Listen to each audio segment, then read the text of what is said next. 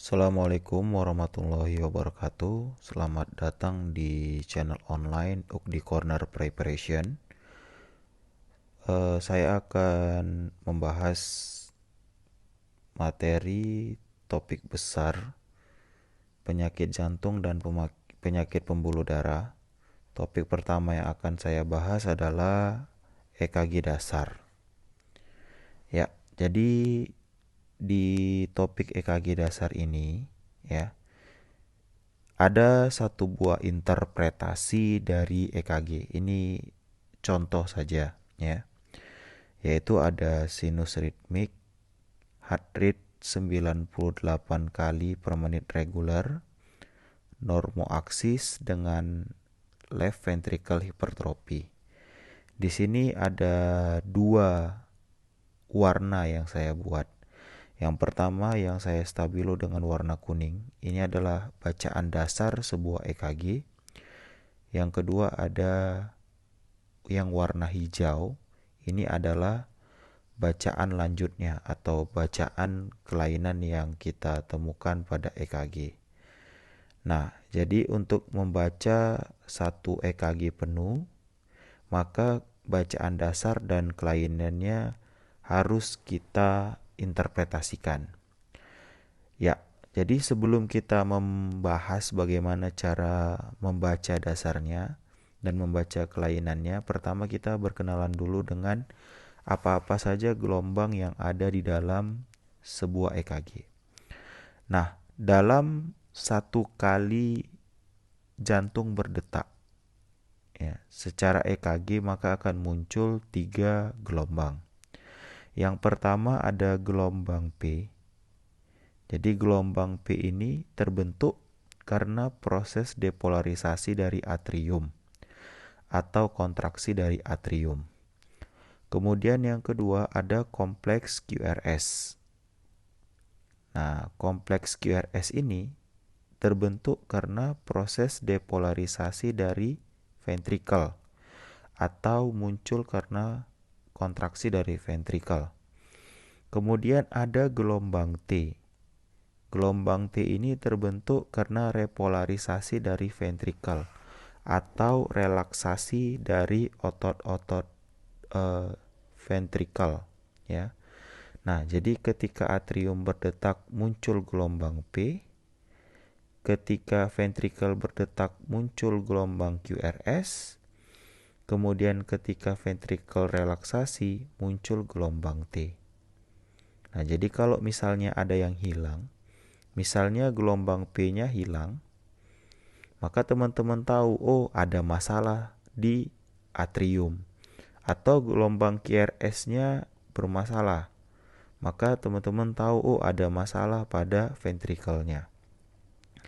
Nah, untuk membaca ya, EKG dasar atau membaca untuk menulis interpretasi EKG yang berwarna kuning atau bacaan dasar ini, ada tahapan-tahapan yang harus kita lakukan ya.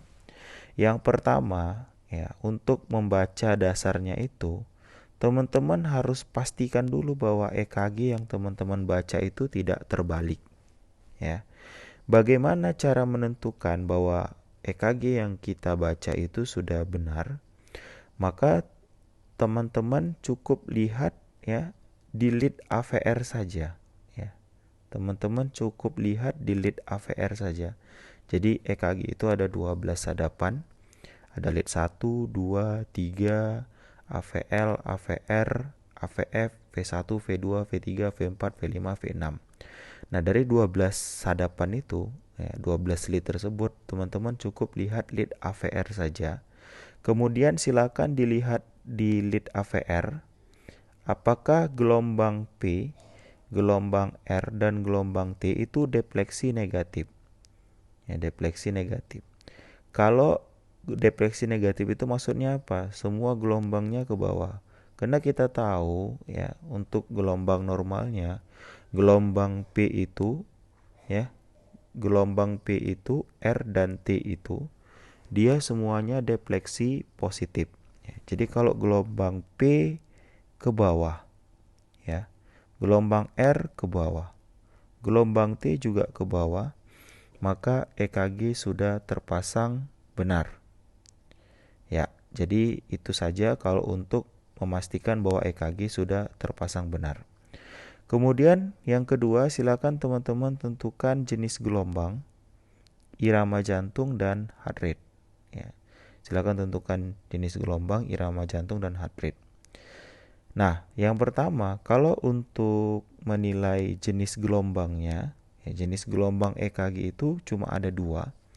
Yang pertama ada yang kita sebut dengan gelombang sinus. Yang kedua ada yang kita sebut dengan gelombang asinus. Kalau gelombang sinus ya, itu adalah gelombang P yang setelahnya diikuti oleh kompleks QRS ya. Jadi ini ada gelombang P, ini ada gelombang P. Setelah gelombang P itu muncul kompleks QRS-nya. Muncul kompleks QRS-nya. Maka itu yang kita sebut dengan gelombang sinus. Nah, sedangkan gelombang yang asinus ya, itu adalah gelombang P yang setelahnya tidak diikuti oleh kompleks QRS ya. Ini contohnya ada gelombang P. Nah, setelah gelombang P ini dia tidak langsung bertemu dengan QRS, ada gelombang yang mengantarainya. Maka itulah yang kita sebut dengan gelombang asinus. Jadi kalau cara mudahnya untuk menentukan apakah dia gelombang sinus atau asinus, kalau di antara RR interval ya. Ini ada R, ini ada R. Kemudian di antara RR interval ini terdapat dua gelombang ya.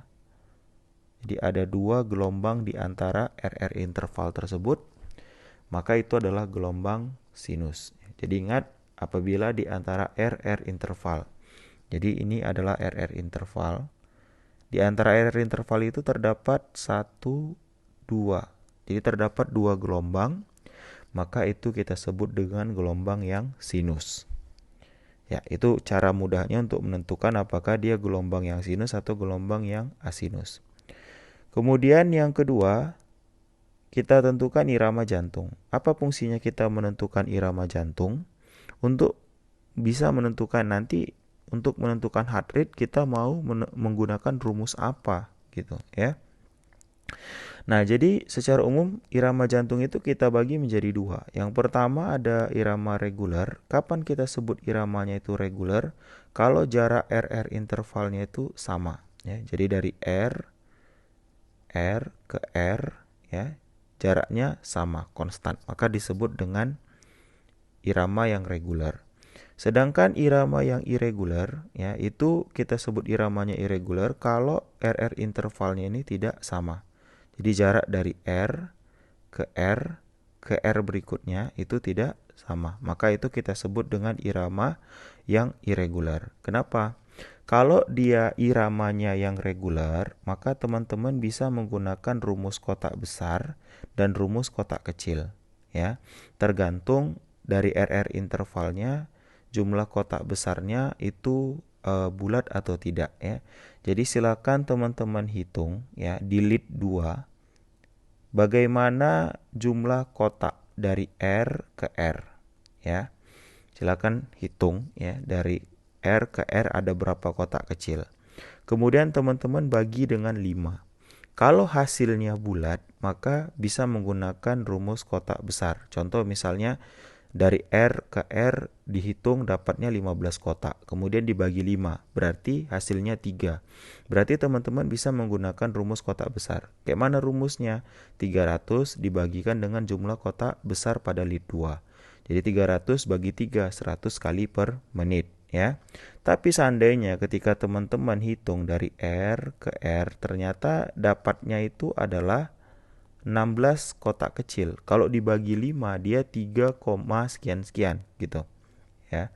Maka teman-teman bisa menggunakan rumus kotak kecil ya. Teman-teman langsung bagikan saja 1500 dibagi 16 ya, sekitar 90-an gitulah heart rate-nya ya.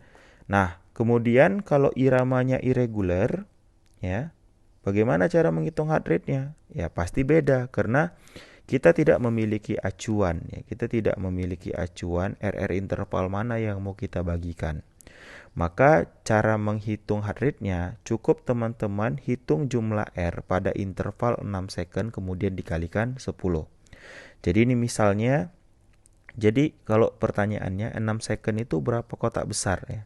Jadi kalau 6 second itu ya, itu sama dengan 30 kotak besar. Ya. Jadi 6 second itu sama dengan 30 kotak besar. Jadi teman-teman hitung dari lead 1 dari ini adalah titik pertama ya. Kemudian ditarik ya ke sebelah kanan, dihitung sampai dengan 30 kotak besar. Jadi ini startnya, ini finish 30 kotak besarnya. Kemudian teman-teman hitung berapa jumlah R yang teman-teman dapatkan ya.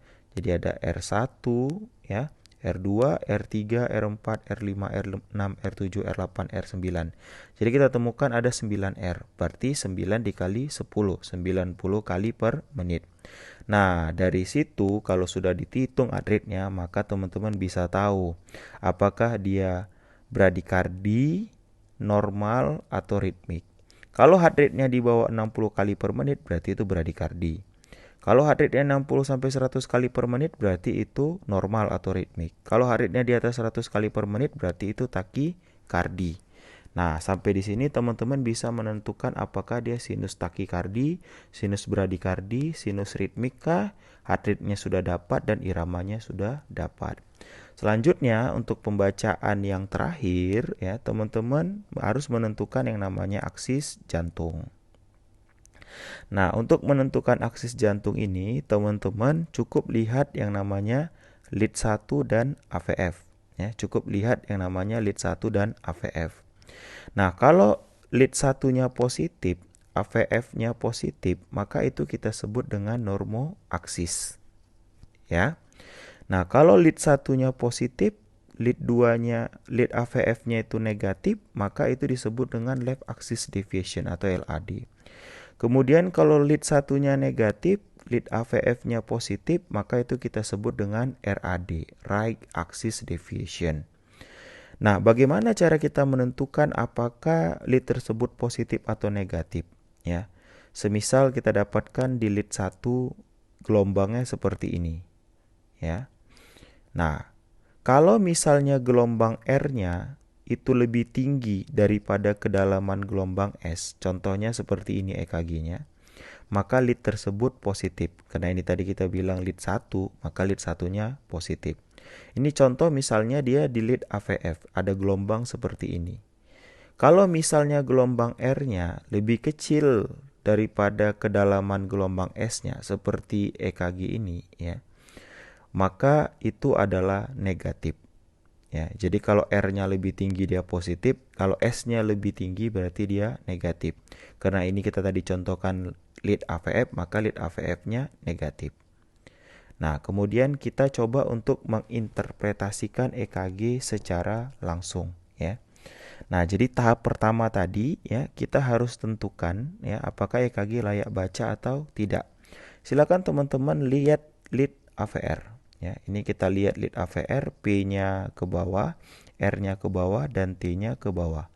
Maka ini EKG layak baca. Kemudian yang kedua, untuk menentukan apakah dia sinus atau tidak sinus, silakan teman-teman lihat RR interval. Dihitung ada berapa gelombang yang ada di antara RR interval ini. Ada 2, berarti dia adalah sinus. Ya, sinus. Kemudian teman-teman silakan hitung ya jarak dari R ke R ada berapa ya. Nah, ini saat ini kalau dihitung ada 13 ya. Jadi kalau 13 berarti 1500 bagi 13 kira-kira dapatnya itu adalah 107 kali per menit.